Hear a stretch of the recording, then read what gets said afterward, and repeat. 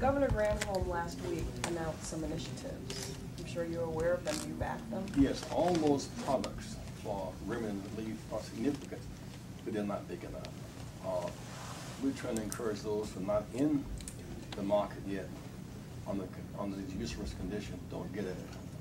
Those who are there, that as remedy for some people through counseling. For the most part, people are already over into the crisis zone, and this requires a massive bailout. A few years ago, when the hedge funds, when they were over the heads by $3 billion, the Fed stepped in and bailed out the hedge funds for fear of having an impact upon the big economy. That was $3 billion. It's a 300 to 400 billion. It's 100 times more than the hedge fund bailout was. So the Feds and the banks and the Wall Street must now converge. It's a big deal. And politically, it's a big challenge. Political year. How do we bail out Europe? 50-year loans, 2% government security. So it's not just be kicking people out of their homes and no place to go, which only devalues their neighbors' value. So all of us sink in the same ship. So we're in Flint, we're in Lansing, Saginaw, Detroit, around the state, because Michigan's a critical state in this process. After all the massive loss of jobs here, it's had some impact.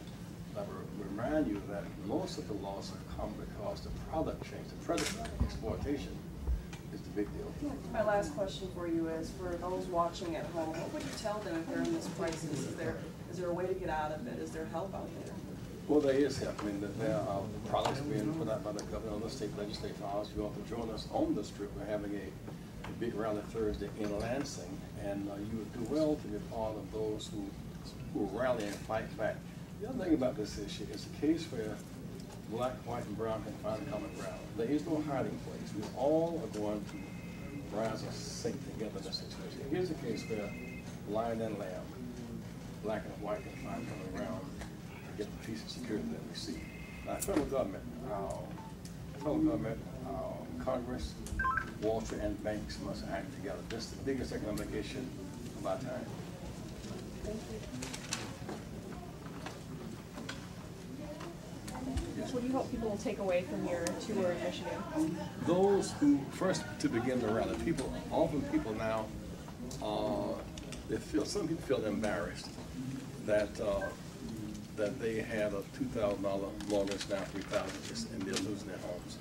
It's almost like a kind of economic rape. People feel embarrassed, and so they're going silent in the dark. But all this for sale signs going up, and people losing their homes is impacting their neighbors, for example. It's impacting their cities, because if you lose because we're still now driven out property taxes, when you lose the property that affects schools and fire departments, it affects health departments. So whole cities will sink beneath this unless there's a massive federal Wall Street bank bailout. I'll talk more about it in here. Thank you. Thank you. That makes sense? It makes sense to me.